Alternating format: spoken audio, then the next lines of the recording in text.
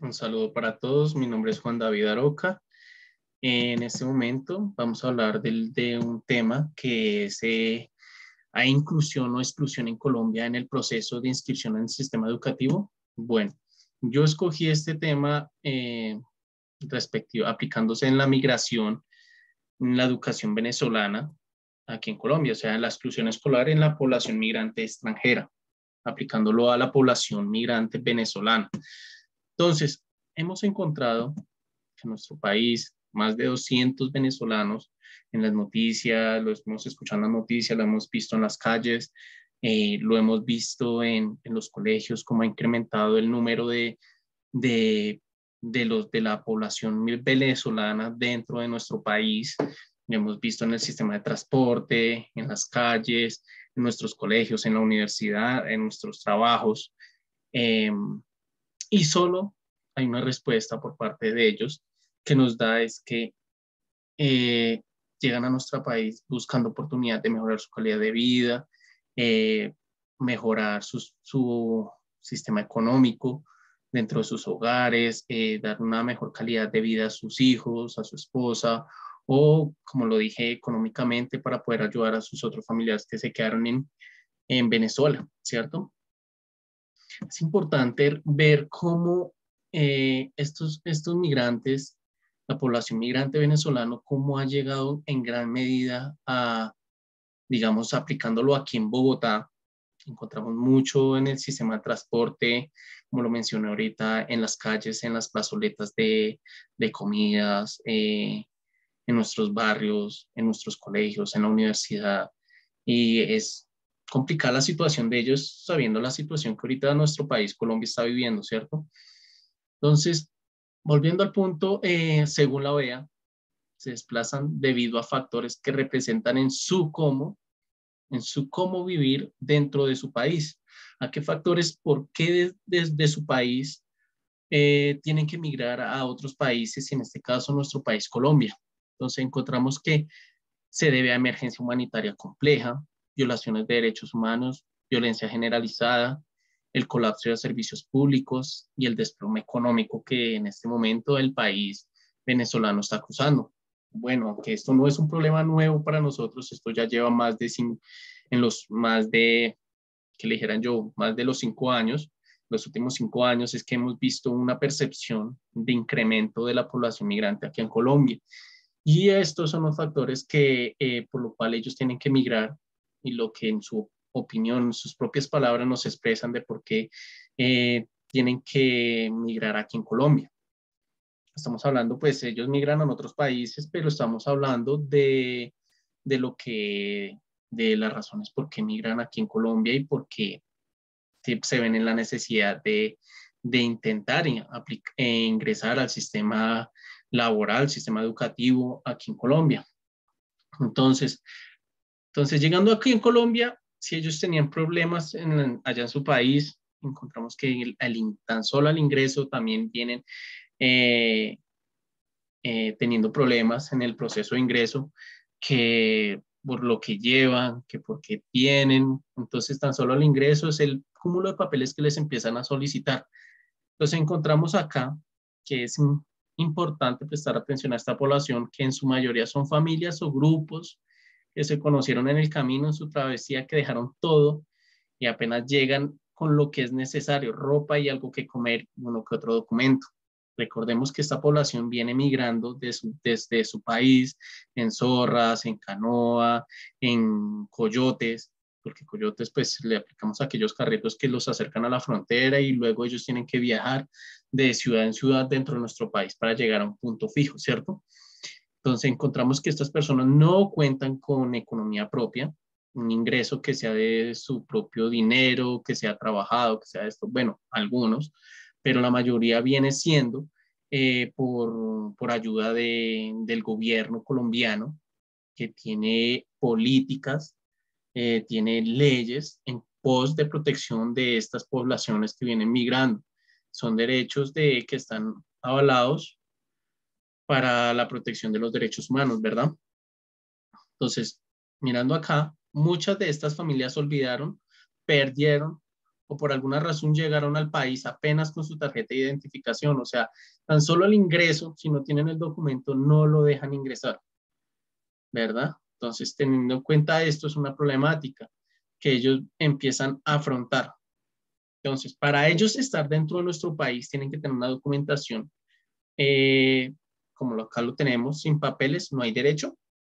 O sea, para ellos aplicar sus derechos dentro de nuestro país, ellos tienen que hacer un registro y un proceso.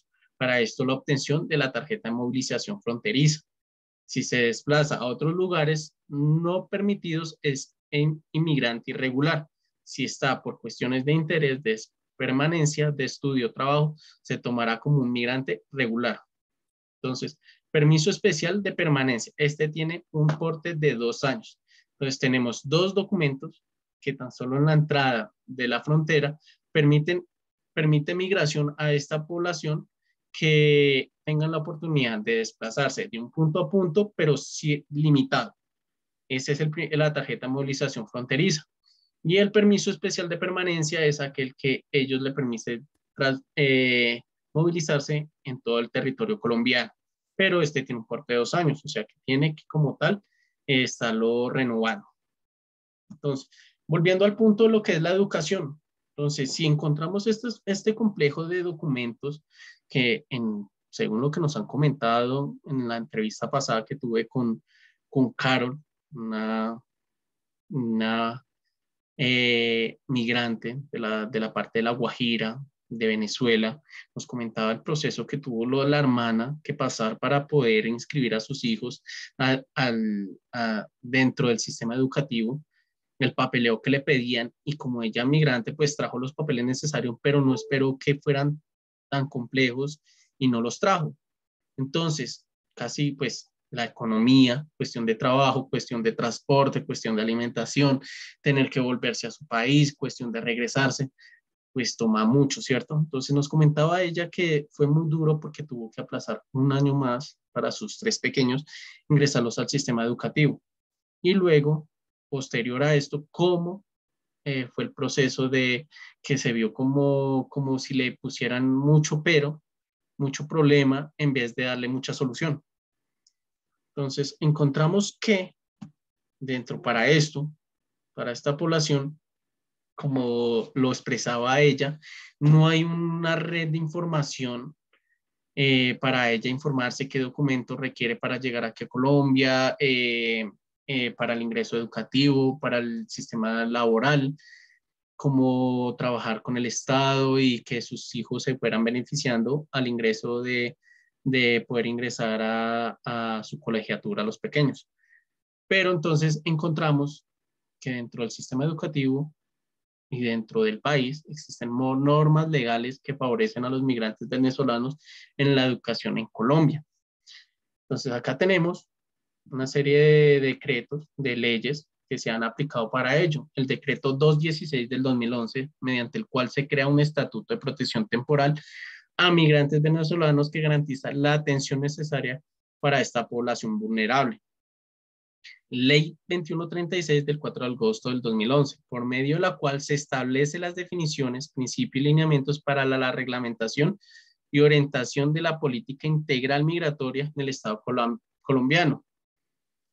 Entonces, encontramos también que por el cual se dicta la sección 10 del capítulo 3 del título 3 de la parte 3 del libro 2 del decreto 1075 del 215 de 2015, único reglamentario del sector educación en relación con la creación de un permiso especial de permanencia para el sector educativo. Entonces, ese permiso va especialmente para aquellos estudiantes o aquellas familias que quieran inscribir que van a estar de permanencia en el país y que por razones de estudio van a permanecer, que requieren ingresar al sistema educativo, como lo he repetido. Pues también tenemos la Constitución Política de Colombia del 1991, el Código de Infancia y Adolescencia. Tenemos también la Constitución Política, artículo 67, la educación es un derecho de la persona y un servicio público que tiene una función, ¿cierto? Entonces encontramos también la Constitución colombiana, el artículo 44, son derechos fundamentales de los niños, la vida, la integridad física, la salud y la seguridad social, la alimentación equilibrada, que esto es en su medida una ley del 2006. Entonces encontramos en el artículo 93 los tratados y convenios internacionales ratificados por el Congreso que reconocen los derechos humanos y que prohíben su limitación en los estados de excepción y prevalecen en el orden interno. Los derechos y deberes consagrados en la Carta se interpretan de conformidad con los tratados internacionales sobre los derechos ratificados por Colombia. Entonces, encontramos que hay leyes, hay políticas que acogen a esta población para el ingreso, no solamente laboral, sino que permiten el ingreso educacional. Entonces, el problema no es tanto de que, de lo que, de que no haya como tal aporte de,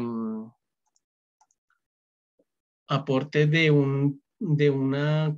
como de una oficina o alguien que les dé información, porque sí está en todos lados. Lo que pasa es que dando respuesta a las dos preguntas que nos han puesto nuestra tutora, entonces dice, ¿por qué las metodologías participativas aportan en la construcción de políticas públicas? ¿O cuáles son los alcances de la participación ciudadana en la planeación para el desarrollo y para la inclusión convivencial, de convivencia y paz? Entonces encontramos que estas dos, lo que es la metodología de participativas y los alcances de participación ciudadana, eh, tienen que,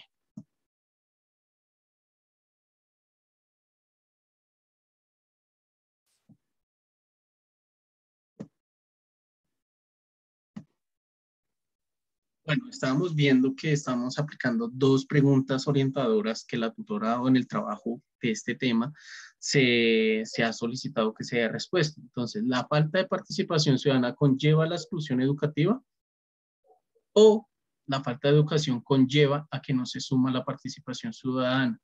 Entonces, mirando estas dos preguntas, tenemos una respuesta de que la falta de participación ciudadana y la falta de educación sean dos factores que tienen que ir de la mano, dos factores que tienen que ir de la mano, porque si la participación ciudadana, o sea, si la gente no participa, no participa, digamos, en las asambleas, no va a las reuniones, a las juntas de acción comunal, a informarse de los proyectos, los planes que se adelantan, las oportunidades de mesa de diálogo, de aporte de nuevos proyectos que de pronto uno quiera, como uno hace parte de esta población, uno quiera decir, hey, tengo un proyecto, quiero mostrárselos a ver si se puede llevar.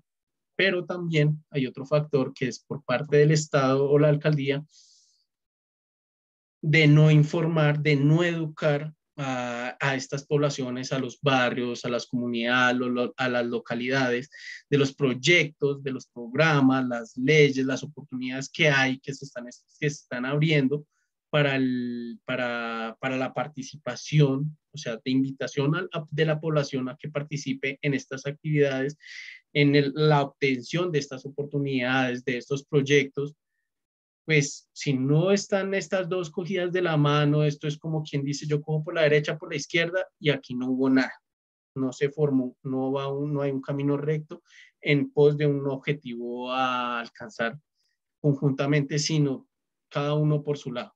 Entonces, para eso está diseñado, digamos, estas leyes, estas oportunidades, estas normativas que se han diseñado para la población migrante de obtener de obtener y de permitir el ingreso al sistema educativo, así como también al sistema laboral y oportunidades de poder tener otros beneficios que por ley, no solo nacional, sino internacional, se aplican los derechos del, de los derechos humanos. Bueno, recordándoles los enlaces que tienen, digamos, para poder aplicar este tipo de programas, este tipo de programas y de leyes, o sea, partimos de las normativas, se tiene que empezar a trabajar. Hay programas que se empiezan a trabajar desde los colegios, desde las empresas, desde el momento que ingresa esta población migrante al país, donde se empiezan a trabajar dando ejemplo en los colegios, los psicólogos de punto, los psicólogos de los programas sociales que integran a la población migrante al sistema educativo en Colombia, en los colegios. Debe haber un proceso de ingreso, de acompañamiento, asimismo de las familias, de la población de ingresar a una base de datos para la empleabilidad a través de la información que ellos dejen en el sistema colombiano. Entonces es por ello que la normativa o las normativas legales y de desarrollo y protección en Colombia para la población migrante frente al derecho a la educación es en un conjunto, o sea, es la aplicación de todos los derechos que tienen como seres humanos y que son aplicables fuera y dentro del territorio colombiano, pero más exactamente aquí en Colombia. Para esto, la población migrante debe acercarse a los puntos indicados e informarse, puede ser desde su país o al ingreso del país, pedir información de los puntos de atención para que ellos puedan adquirir cuáles son sus beneficios, cuáles son sus derechos y cuáles en sí tienen que tener claro cuáles son sus deberes para poder ingresar y obtener estos beneficios, como lo he repetido, para lo educativo, para lo laboral, para su vida social, para el alcance de su proyecto, si es a corto plazo o a largo plazo, permanencia dentro del país. Bueno, muchísimas gracias. Por el momento, eso es todo.